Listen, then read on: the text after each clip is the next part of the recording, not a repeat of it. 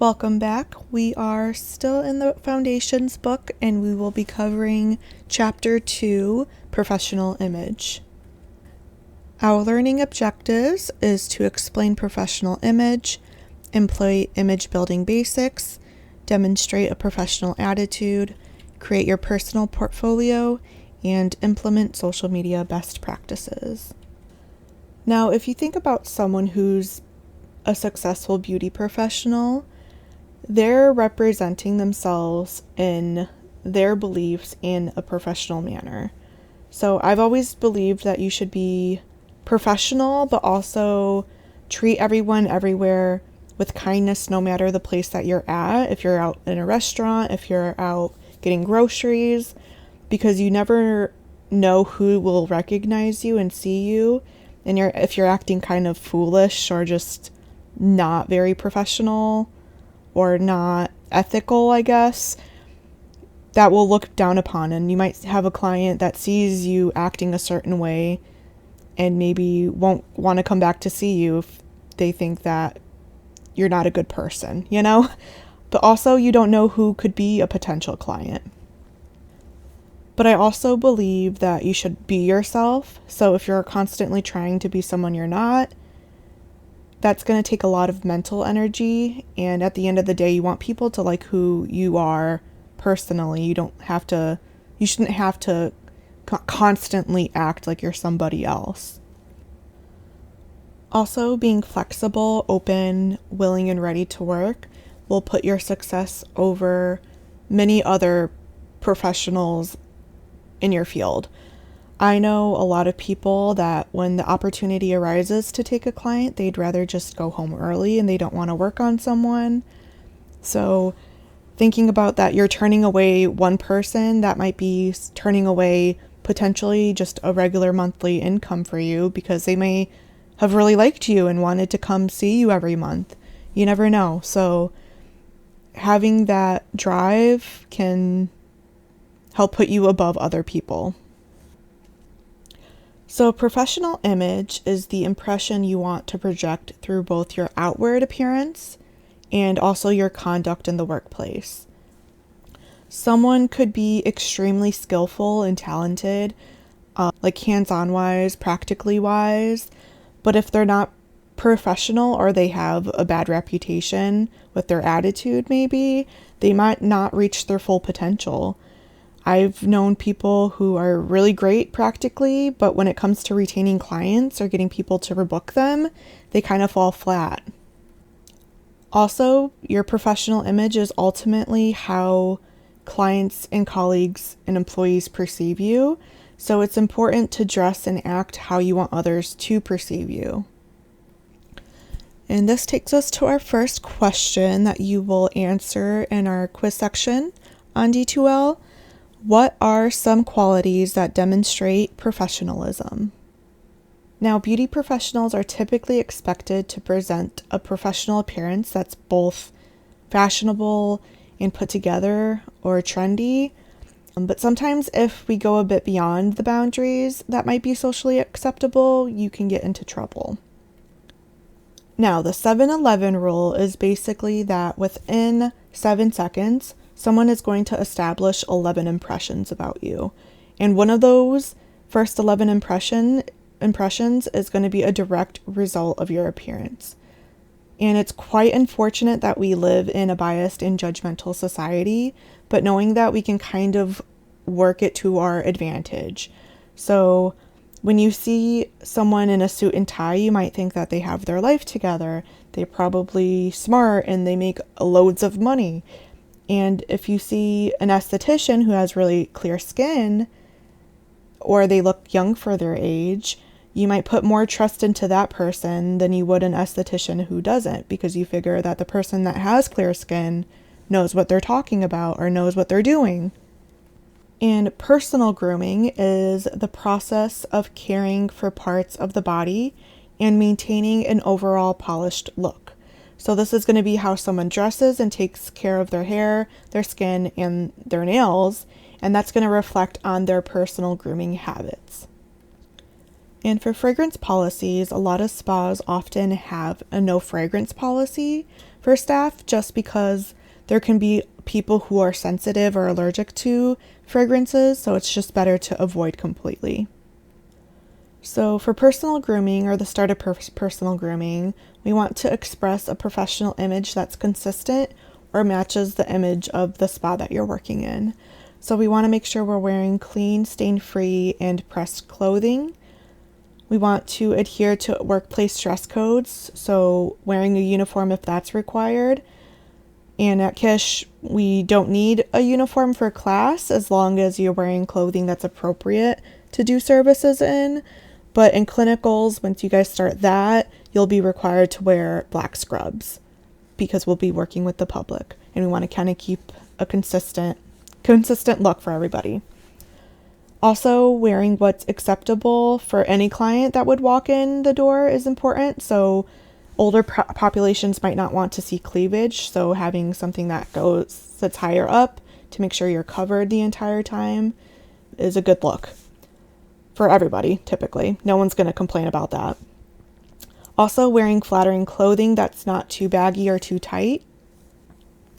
Now, they give us some universal wardrobe guidelines, like wearing clothing that's clean, fresh, and current with fashion, choosing clothing that's functional, comfortable, and stylish, and make sure accessories don't interfere with the service. I would include the wristwatches with that. You shouldn't wear, in my opinion, you shouldn't wear anything that could potentially brush up against a client because it's harder to clean those. Also, wearing shoes that are supportive, polished, and in good repair. For hair maintenance, I would say this is geared towards more cosmetologists and barbers, but you should still have your hair or your facial hair kind of kept up on just to look professional. Now, skincare, having and maintaining healthy skin is an ongoing process, but since we're in the aesthetics field, we ideally want to develop a skincare routine that works best for our skin type and stick to it. Personally, I know though how hard it is to follow this just because I do like to try out new products. I like to see what's new and what's innovative. And for makeup, you should want to enhance or accentuate your best features. You can get creative and try something new, but maybe ask for a second opinion, someone that's going to be truthful to see if the look fits you well. And for nail care, we want to make sure that our nails are cleaned and groomed in appearance, but for us, we know that we need to keep them short so that they don't scratch anyone. So, personal hygiene. Personal hygiene is the daily maintenance of cleanliness by practicing good, healthful habits. Now, we are in very close proximity to people, like literally in their faces and potentially just breathing on them. So it's good to have good hygiene, right? Now, a hygiene pack that you could potentially bring to class or bring with you when you start clinicals would be a toothbrush and toothpaste, mouthwash for after you get off lunch, hand sanitizer or hand wipes, which we have at the class. You don't really need to bring that. Dental floss, deodorant or antiperspirant, or body wipes. Now, some hygiene habits that we should all practice is washing our hands before and after each client or after you use the restroom. Self-checking yourself, making sure that you're not too stinky. If you do a little smell test and you feel like you need to put deodorant on, that would be a good idea. Brushing and flossing and using mouthwash or mints to kind of keep your oral hygiene in good check. Also, don't smoke. I would say don't smoke at all if you can help it. But if you can't, if you have to do that, brushing your teeth, using mouthwash, and washing your hands after you do. Also, I would probably add to this list, taking a shower is probably a good hygiene habit to partake in. Demonstrating a professional attitude. The positive attitude that you convey will help keep clients returning to you or referring you to other people. Sometimes you might have to fake it till you make it. You might be in a bad mood one day. Something bad may have happened to you or to a family member, or maybe you come in to work and there's just a mess left or something like that. Once the client walks into the door, you should immediately just turn to positive attitude mode, because they're there to relax and they don't want to receive any negative energy that you may be giving off. So just positive energy, positive attitude 100% of the time when someone is there. Image enhancers are behaviors that improve the quality of your professional image through specific methods for conducting and representing yourself. So these are going to include soft skills, customer service, work ethic, time management, and continuing education. Soft skills are thought about as communication skills or people skills. So there are personal attributes that enhance our interactions, our job performance, and our career prospects. Fun fact, 85% of success comes from your ability to communicate, while only 15% of your success is attributed to your technical skills. So if you are a poor people person or you have poor communication skills, that is like one of the most important things that you're going to want to work on to be successful. Nonverbal communication is communication expressed by body language, eye contact, facial expressions, and gestures. So some things that we would not want to do is avoiding eye contact, not smiling, tapping your foot, crossing your arms, standing with your shoulders slouched, chewing your lip, or furrowing your brows. Some of this stuff can make it look like you have a negative energy, you're not confident, you're disinterested, and you're not paying fully attention to that person.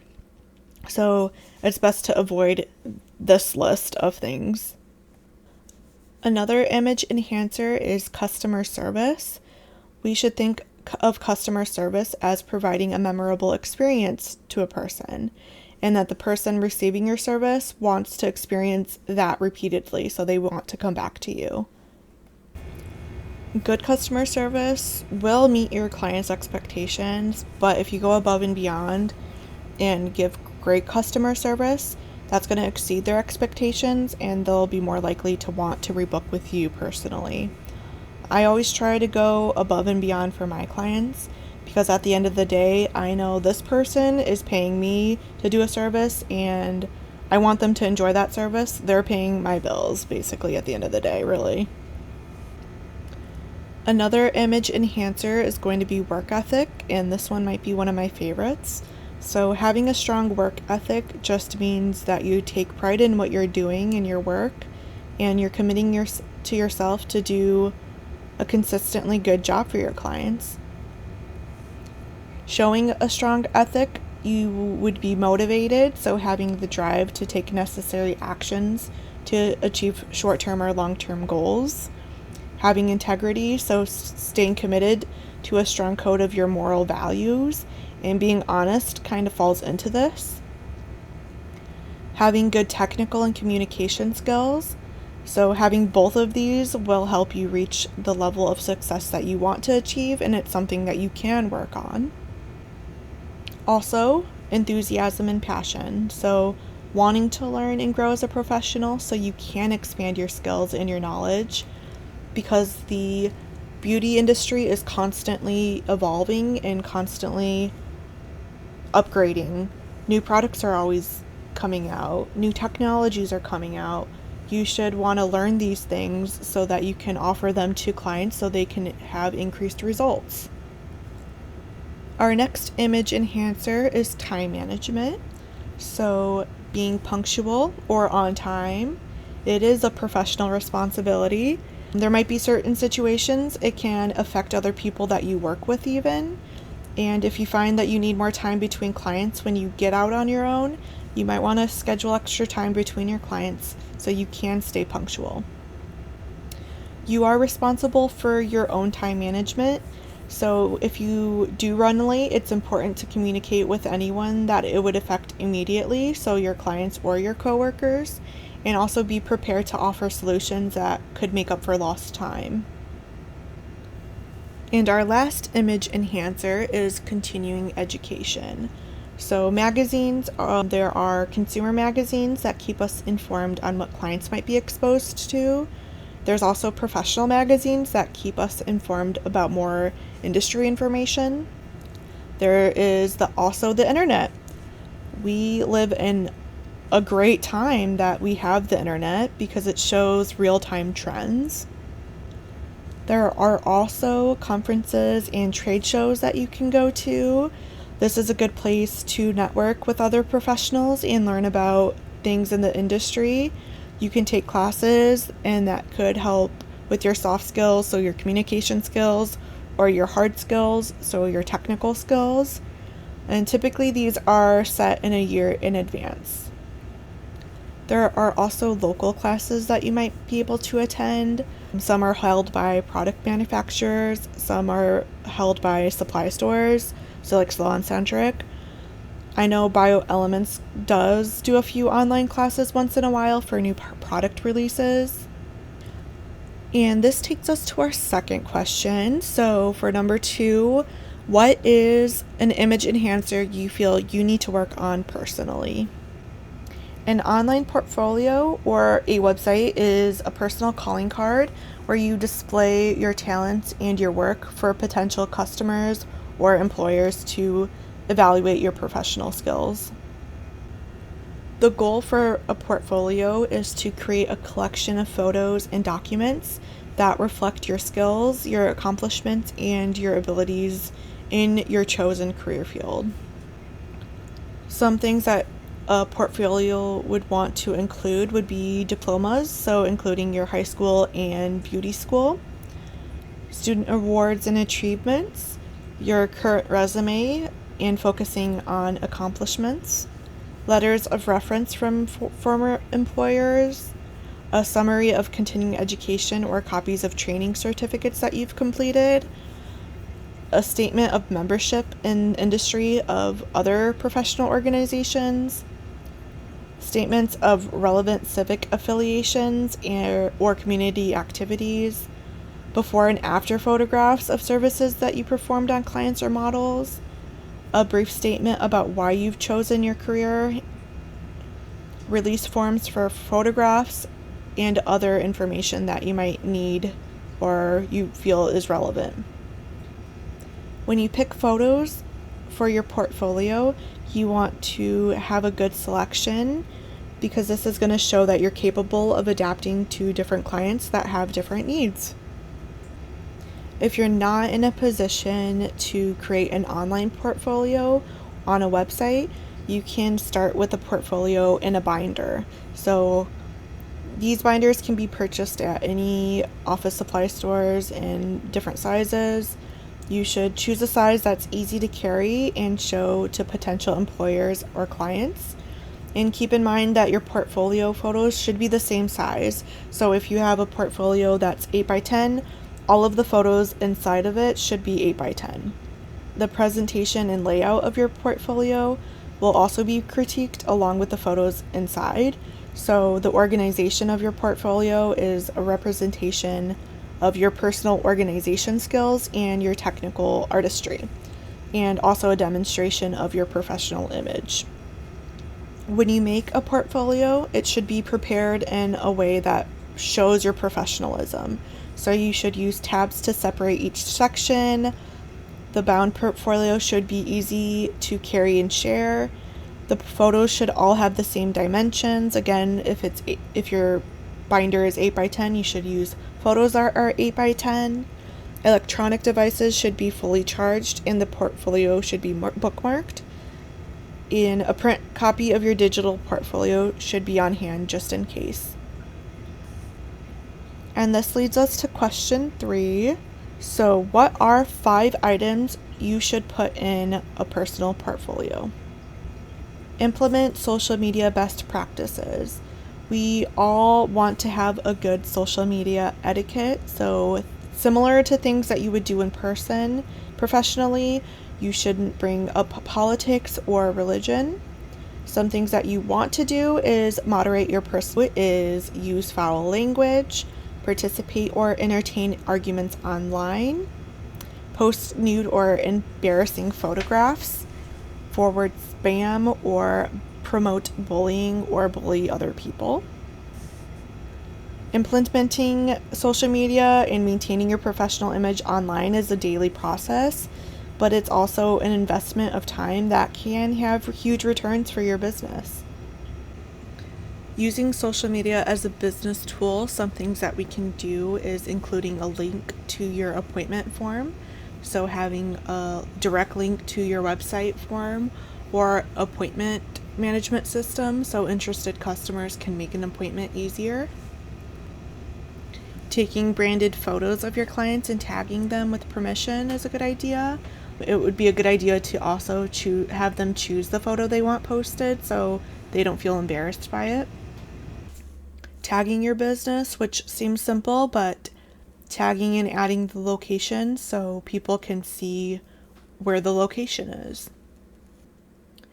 Some guidelines that you should keep in mind is to always completely fill out your profile information, always respond to people, don't oversell anything, moderate spam and negative comments, focus on engagement and not likes, keeping your posts short, don't post too much, but also don't post too little. Always ask, does this help my fans? Be personal and be visual. And that leads us to our last question for the lecture. Question number 4. What are 4 things that you should avoid when it comes to social media? Our learning objectives were to explain professional image, employ image building basics, demonstrate a professional attitude, create your personal portfolio, and implement social media best practices. And that will conclude our Chapter 2 Professional Image lecture.